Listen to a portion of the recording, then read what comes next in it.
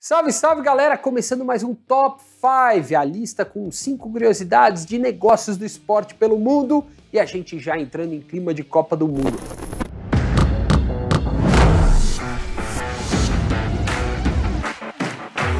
Quer saber quais são as 5 camisas mais valiosas, aquelas que têm os melhores contratos de patrocínio pelo mundo e que estarão no Mundial do Catar? Então anota aí.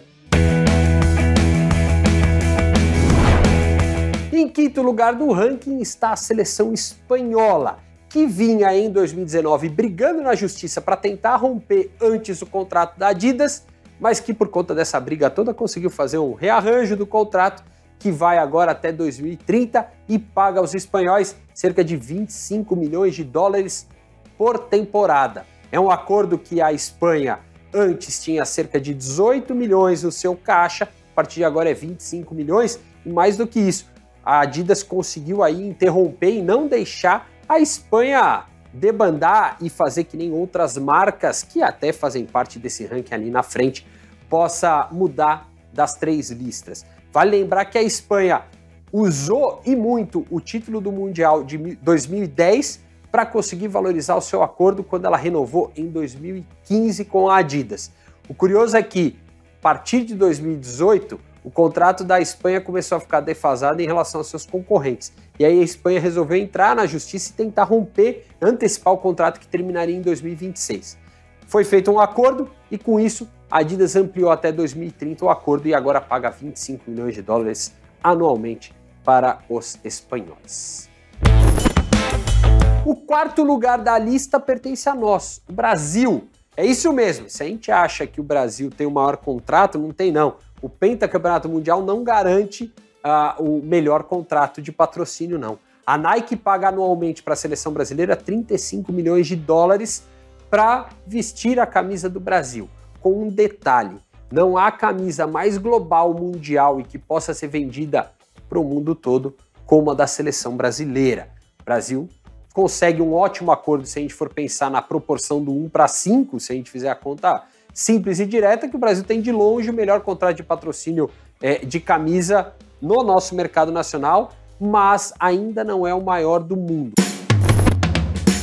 O terceiro lugar do nosso ranking pertence à Inglaterra, que tem uma história muito curiosa. Os ingleses conseguem ter um bom contrato de patrocínio com a Nike, porque a Nike, se a gente fosse colocar no bolo o quanto ela pagou para ser patrocinadora da Inglaterra, a conta não iria fechar, a Inglaterra teria facilmente seria responsável pelo maior valor já movimentado para ter um patrocínio.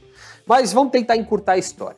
A Nike paga hoje, por ano, para a Inglaterra, 44 milhões de dólares, sem contar premiações e fornecimento de material esportivo. É o terceiro melhor contrato no mundo e que só foi conseguido depois que a Nike comprou a Umbro, fabricante tradicionalíssima inglesa, de origem inglesa, que sempre vestiu a Inglaterra desde lá 1966, quando os ingleses foram campeões do mundo. O detalhe curioso é o seguinte, depois que a Nike comprou a Umbro, a Nike simplesmente tirou a Umbro da jogada e passou ela a vestir a camisa da seleção inglesa, pagando um pouquinho mais por isso, mas num acordo que deixou o torcedor tradicional ali britânico revoltado com a mudança da fabricante, porque deixou de ser uma marca inglesa e passou a ser uma marca americana, mas que fez com que a Inglaterra passasse a ganhar mais dinheiro e aí a Federação Inglesa obviamente está preocupada com quanto entra no caixa. Mas foi só depois que ela comprou a Umbro e pagou mais de 500 milhões de dólares por esse negócio que a Inglaterra conseguiu chegar perto e tirar o grande fabricante, parceiro de longa data da Federação Inglesa e se tornou assim o terceiro uniforme mais valioso da Copa do Mundo, que estará na Copa do Mundo de 2022. O vice-líder do ranking é o atual campeão do mundo.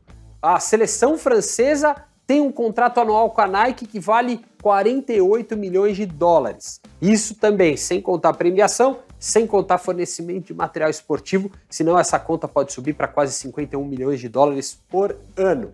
Detalhe importante dessa história, a Nike paga tanto para a Federação Francesa que fez com que ela tivesse que pagar mais para a seleção brasileira quando ela entrou na França, em 2007. Em 2007, depois da Copa do Mundo da Alemanha, que passou a vigorar o contrato da Nike com a França.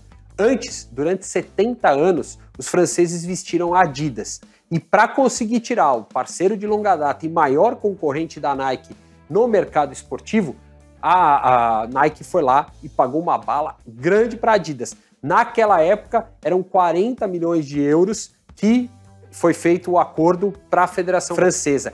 E isso fez com que a CBF se revoltasse. Como o Brasil ia ser sede da Copa do Mundo de 2014, a Nike foi pressionada pela CBF e saiu de um contrato que era em torno de 10 a 15 milhões de reais por ano para um contrato em dólar avaliado em mais de 30 milhões de dólares. Foi impressionante como o Brasil conseguiu se valorizar graças à França.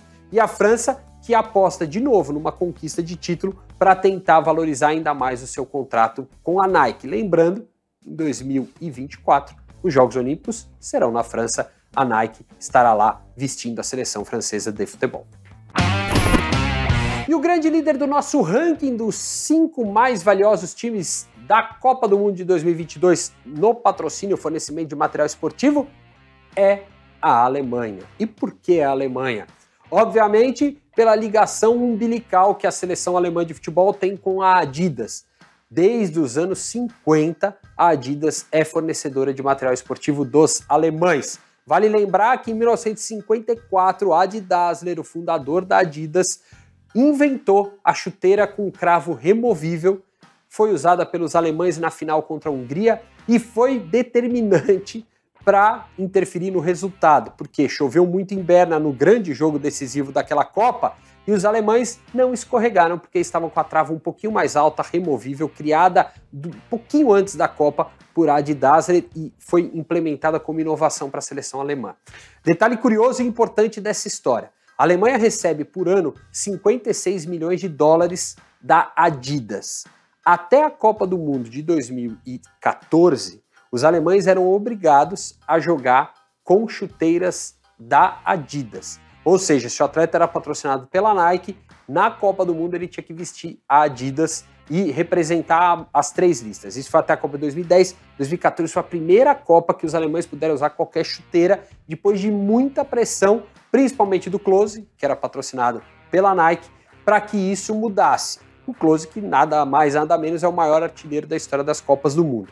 Em compensação, a Alemanha passou a pressionar também a Adidas a receber um pouquinho mais, uma compensação por ter que flexibilizar esse negócio. A Adidas aceitou, até porque ela vinha ganhando concorrência das outras fabricantes em 2014, quando a Alemanha foi campeã do mundo, e logo depois do Mundial aqui no Brasil, os alemães renovaram esse acordo, passaram a ter a camisa mais valiosa do mundo, superando o que era até então o posto ocupado pela França.